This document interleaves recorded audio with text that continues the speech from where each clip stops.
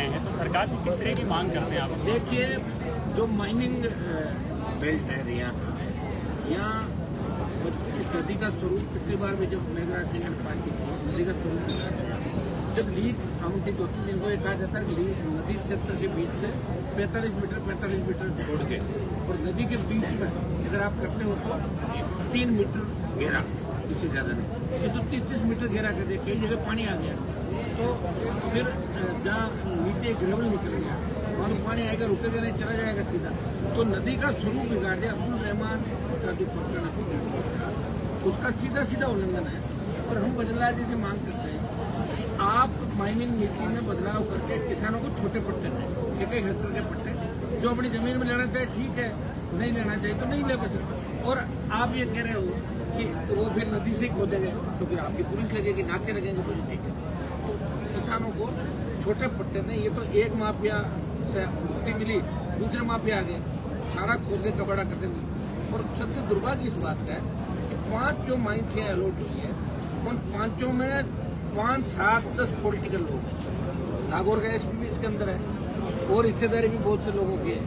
तो इस तरह आप देख सकते हो कि अब बहुत से mining engineer, RA, IAS, IPS, MLA, पूर्व मंत्री, पूर्व सांसद, कांग्रेस बीजेपी के साथ में अलायंस पार्टनरशिप, और इनका कुछ ज़्यादा है भी नहीं अपने लोगों को। जो यहाँ के लोग थोड़ा सा आंदोलन करें, करणी माता जी का मंदिर और 5 नंबर माइन के लिए, 5 नंबर माइन 13 नंबर माइन के लिए, इसमें सारे बड़े लोग हैं बाहर के। हमारे वाले ये तो घूम रहे हैं यहाँ पे, किसी का 1% होगा, किसी का 1.5, किसी को लाख रुपये में लोग रखा, किसी को 1.5 लाख, इनको तो भगाने कुछ भी नहीं मिलना, लेकिन इन्होंने ठेका ले लिया, हम ले आएंगे सब, आप गाड़ियाँ पार कराएंगे।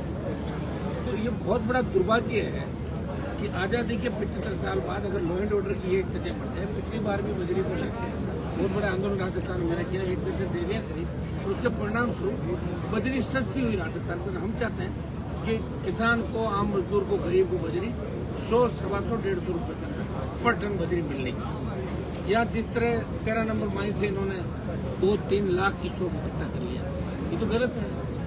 हम ये चाहेंगे इस स्टॉक की जांच करें, ये रवाना अगर स्टॉक है तो कितना कर सकते हैं।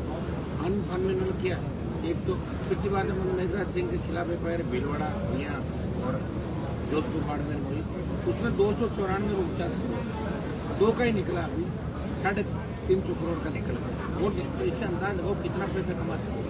रेत से कितना पैसा कमा रही है सरकार, कितना कमा रहे अधिकारी, कितना कमा रहे नेता। तो गरीब आदमी फिर कहाँ जाएंगे, इसके पास तो रेत ही बेचारे के पास। तो गरीब को रेत बेचने दो, चाहे जिप्सम हो, चाइना कले हो, सैंड स्टोन हो, लाइम स्टोन हो, इनको खाली करके किसानों को उनके खेतों के अंदर पट्टे दिए जाए। और बड़ी कंपनियां जा रही है, हम बड़ी कंपनियों का विरोध कहीं नहीं करते, लेकिन कोशिश ये करें कि उपजाऊ जमीन नहीं देके उनको सरकारी जमीन उनको दी जाए। अगर गोचर आप देते हो उसके बदले उतनी जमीन ली जाए, ये सरकार का रूल भी है। ये दुर्भाग्य है, 13 दिन से यहाँ के लोग बैठे हैं, और सबसे बड़ी बात बीजेपी के चेयरमैन खुद बैठे हैं, केदार लाल जी, और इस इलाके से बीजेपी को भारी बहुमत मिला था। और लोगों का ये कहना कि MLA इसके अंदर पार्टनर तो क्या, मतलब हर लीग में इलाका है 2%, 4%, 5% हर जगह रख लिया होगा, MLA का चिल्लाए नहीं, ये करते हैं। और भी कई पॉलिटिकल लोगों का नाम आया, हमारे नागौर की पूर्व सांसद ज्योति मेहता का भी नाम है, इंडिया की माइंड से। आप देखिए अगर नेताओं को रेत का ही धंधा करना तो फिर नेता क्यों बना, रेत का काम कर लो ना, व्यापारी बन जाओ। अब व्यापार भी करना, नेता भी बनना, किसी जनता का खून चूसना, यही लूट खसोट करना, और फिर भाग जाना टाटा बाय बाय, कैसे करने देंगे भाई। अब जवानों को झगड़ा होगा, किसानों को झगड़ा होगा, अपने हाथ में कमान संभालनी होगी। नौजवान जब बदलता, जमाना बदल जाता। यहाँ इन लोगों को मैं साथ हूँ। इस आंदोलन को राष्ट्रीय लोकतांत्रिक पार्टी ने आज से हाथ में ले लिया है। जब तक इनकी जीत नहीं होगी तब तक मैं खड़ा हूँ। अब देखते हैं कि कौन सा बड़ा माफिया या कौन सा व्यक्ति इन गरीबों की जमीनों की तरफ आंख उठाता है। नदी का स्वरूप बिगाड़ नहीं देगा, नदी हमारी चले, जिससे रिचार्ज हो यहाँ पे पानी किसानों सुविधा मिले।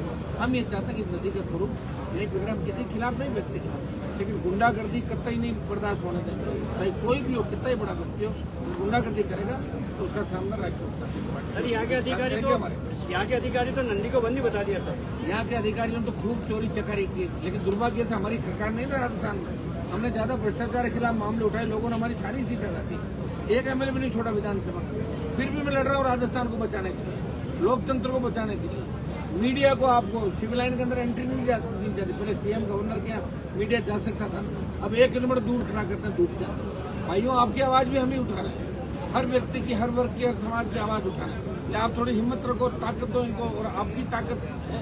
और सोशल मीडिया हमारे पास बहुत बड़ी ताकत, मीडिया के साथ प्रिंट मीडिया, इलेक्ट्रॉनिक, आप सब ताकत होगा। निश्चित रूप से माफिया राज खत्म करेंगे राजस्थान के अंदर, और लंबे समय तक इनको नहीं चलने देंगे। सर यहाँ तो लोग मंदिर को भी नहीं छोड़ा इन्होंने। आप तो मंदिर को नहीं छोड़ा, राजस्थान में तो आईसीयू के अंदर रेप हो गया। कौन सी बात कर रहे हो? है क्या कानून व्यवस्था? भजनलाल जी ने कभी सोचा क्या सीएम बनेंगे? ये तो बहुत बड़े भाग्यशाली है। या तो हवाई जहाज से जो बच्चा था वो भाग्यशाली है, और या भजनलाल जी। मुझे भाग्य पहले मैं भरोसा नहीं करता था, इनके सीएम बनने के बाद मैं भाग्य पर भरोसा करने लगा कि कुछ भी हो सकता है। ये दुर्भाग्य है राजस्थान का भाई। इनको अधिकारी चला रहे हैं, सारा सिस्टम पता ही नहीं इनका क्या सिस्टम है। आज इतना बड़ा रैली तो कलेक्टर को आना चाहिए ना, एसपी कलेक्टर क्यों डर के भाग रहे हैं? और अगर इतने ही डरते हैं तो चले जाए नागौर छोड़ के, बस इसलिए भीड़ में नहीं आना। इससे आप कुछ गड़बड़ हो जाए, धक्का-मुक्की हो जाए ना, तो क्या फर्क पड़ता है धक्का-मुक्की? हमारे बात चलता रहता है। यहाँ नागौर में भी रहना, हम बोल्ड है, पब्लिक के सामने आना नहीं, छुप जाना, धोखे से किसी मुकदमा दर्ज कराना। क्या कांग्रेस में मरी हुई है? कहाँ है कांग्रेस बताओ? 1.5 साल में, 2 साल में आपने कांग्रेस को देखा क्या नागौर जिले में? कांग्रेस मरी हुई है और बीजेपी लूट खसोट में लगी है। कौन बचाएगा नागौर? राष्ट्रीय लोक तांत्रिक पार्टी। नागौर को ही नहीं, पूरे राजस्थान को बचाएगा। कांग्रेस को संविधान बचाने की बात करिए तो संविधान तो बचा हुआ है, कौन लेके गया?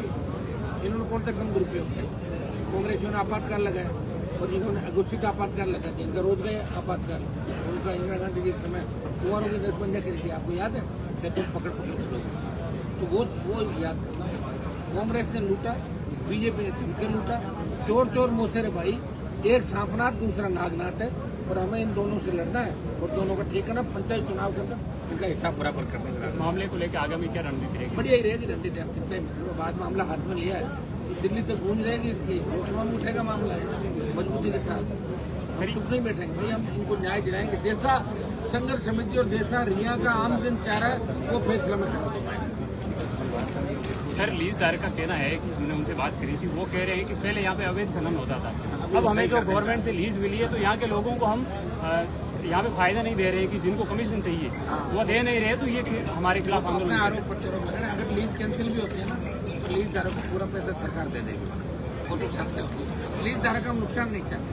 और ज्यादातर जो 50,000 रुपये में नौकरी करने वाले बच्चे हैं, नौकरी करने वाले आ गए ठेकेदारों को बड़े। लीज धारक को 2, 3, 4 नाम के लिए नाम से लेनी होगी, तो 5% रख लिया। सर, पूर्ववर्ती सरकार के में अभी आरएलपी ने एक बड़ा बजरी को लेकर प्रदर्शन किया था और वर्तमान में भी कर रही है, लेकिन विपक्ष से खुलकर सामने नहीं आ रहा है। विपक्ष है कहाँ राजस्थान में? हाँ, विपक्ष कांग्रेस ने, राष्ट्रीय लोक तांत्रिक पार्टी विपक्ष है। बीजेपी ने आवाज उठाई 2-3 जिलों में, भाटा आदिवासी पार्टी, उनका एमएलए पकड़ा गया जी, डिमोलाइज हो गया। और ये आप बताओ, यार कांग्रेस बीजेपी के बहुत से एमएलए चोरी कर रहे हैं, किसी को पकड़ा गया? ऐसी में आज पकड़ते कब है? जब पीछा करना पड़ता है, जब फोन सर्विलेंस में लेना पड़ता है, निगरानी करनी पड़ती है। अगर उसका बीजेपी के विधायक का जितना पीछा किया, अगर कांग्रेस बीजेपी के कई मंत्री और मैं विधायक बता दूं जिनका पीछा करते रोज 2 बार पकड़ा जाए, डेली नहीं पकड़ना उनको। सिर्फ तीसरी ताकतों को खत्म करना, तीसरी ताकत खड़ी नहीं हो जाए, हम झुमके राजस्थान को लूटे। हम बैठे ना ऐसा ही बच्चे और 8 बजे 67 दिन हो गए, 70 दिन हो गया, सरकार की दूर तक नहीं रहती। और इसी सरकार ने कहा था कि हम 8 बजे का पुनर्गठन करेंगे और हम ऐसा ही भर्ती रद्द करेंगे। तमाम अमित शाह ने कहा, मोदी जी ने कहा कि पाताल से भी दूध निकालूंगा। कहाँ गया पाताल की दूध नहीं, ठीक है, डोर ले आओ आप अगर लाना। लेकिन इनको लोगों को बेवकूफ़ बनाना है, कितना बेवकूफ़ बना रहे हैं। अभी जब अंतरिक्ष के अंदर अपना ये यात्री है शुक्ला, तो किस तरह कह रहे हैं कि शुक्ला जी ने मुझे कहा कि मेरा इंडिया ऊपर से बहुत खूबसूरत दिख रहा है। क्या दिखता है क्या अंतरिक्ष से? इंडिया हेलीकॉप्टर में आप चले जाओ तो आपको नीचे नहीं दिखता, पेड़ नजर आते हैं, हवाई जहाज में नीचे दिखता है, कुछ बादल दिखते हैं। लेकिन किस तरह लोगों को बेवकूफ़ बनाना कि मेरा भारत मुझे बहुत अच्छा दिख रहा है। क्या आप उस बात को मानते हो क्या? अंतरिक्ष से पृथ्वी दिखती है क्या? पृथ्वी दिखेगी जब तो इंडिया है, पृथ्वी से अलग है इंडिया। जब पृथ्वी नहीं दिख रही है लेकिन लोगों को पागल बना, मेरा भारत मुझे बहुत अच्छा लगा। अब इन्हीं बातों से काम निकाल, बेरोजगारी आपसे मिट नहीं रही है, पेट्रोल डीजल जा रहा 125, कमर तोड़ दी महंगाई से, टोल कर्जा, जिस तरह की गुंडागर्दी देश के अंदर हो रही, मेरे भाई बहुत हालात खराब है देश के। और कांग्रेस के अंदर भी किस तरह के नेता है, उनके नेतृत्व में हम तो ये सोच रहे हैं आगे होगा क्या, हमारे जैसे लोगों को क्या होगा जो थर्ड पार्टी की बात करते लड़ना। वो तकलीफ बड़ी राजनीति हमारी है, फिर भी हम लड़ेंगे, थकने वाले नहीं है। अगर भगत सिंह जी ये सोच लेते हैं कि मेरी कुर्बानी से मेरे घर से कोई पीएम नहीं बन रहा है, मैं क्यों दूँ, मैं देश आजाद कैसे?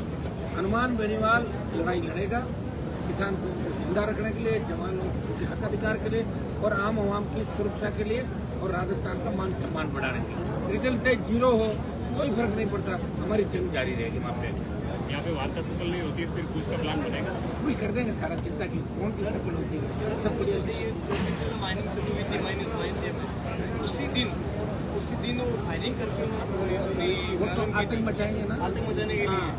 उसके पश्चात सेकेंड डे एक बच्चे 16 साल के लड़के को पीछे से मारे तो आगे एक्सपायर हो गया, दोनों एक्सपायर हो गया बच्चा। बदली माफिया की टक्कर से, हाँ 0044 की टक्कर से वो पता चला गया। और नेक्स्ट डे कुछ एक्सीडेंट और हुआ था, वो तो बेचारा ठीक है, हाथ में सबको ठीक कर देंगे। 00 है कोई दूसरा, मैं आ गया ना।